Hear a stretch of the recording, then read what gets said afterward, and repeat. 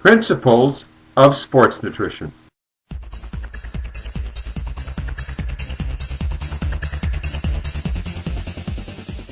pH is the symbol for potent hydrogen and refers to the acidity of a solution.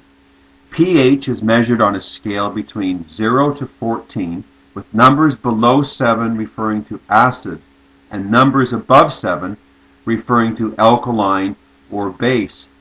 7 is the pH of distilled water, which is neutral.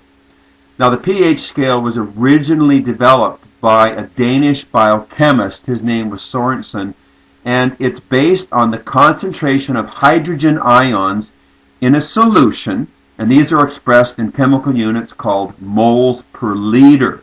So really, pH is about hydrogen concentration.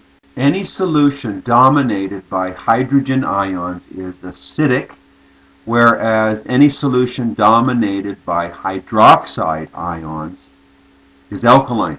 Now, the pH of blood, of human blood, is carefully maintained at a constant alkaline pH between 7.35 and 7.45.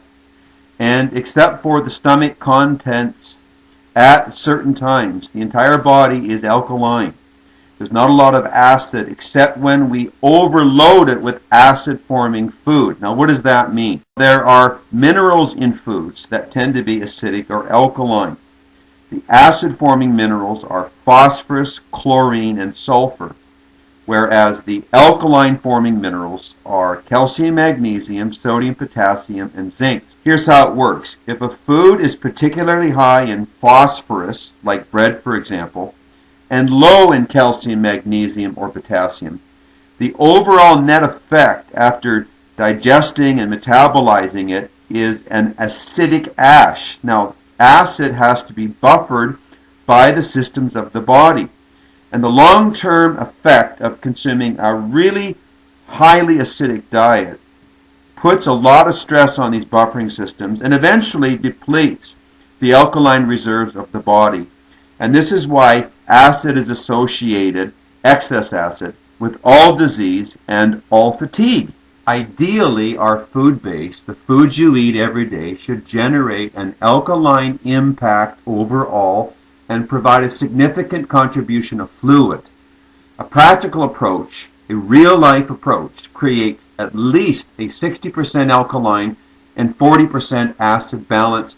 Most people have this backwards. They consume a diet that is 80% acidic and 20% alkaline. This is why we need to eat raw fruits and raw vegetables, not overcook our proteins, not eat a lot of sterile, pasteurized fast food. It's all acid forming. Now, an alkaline diet, a strong alkaline-based diet, reinforces the body's alkaline reserve instead of depleting it.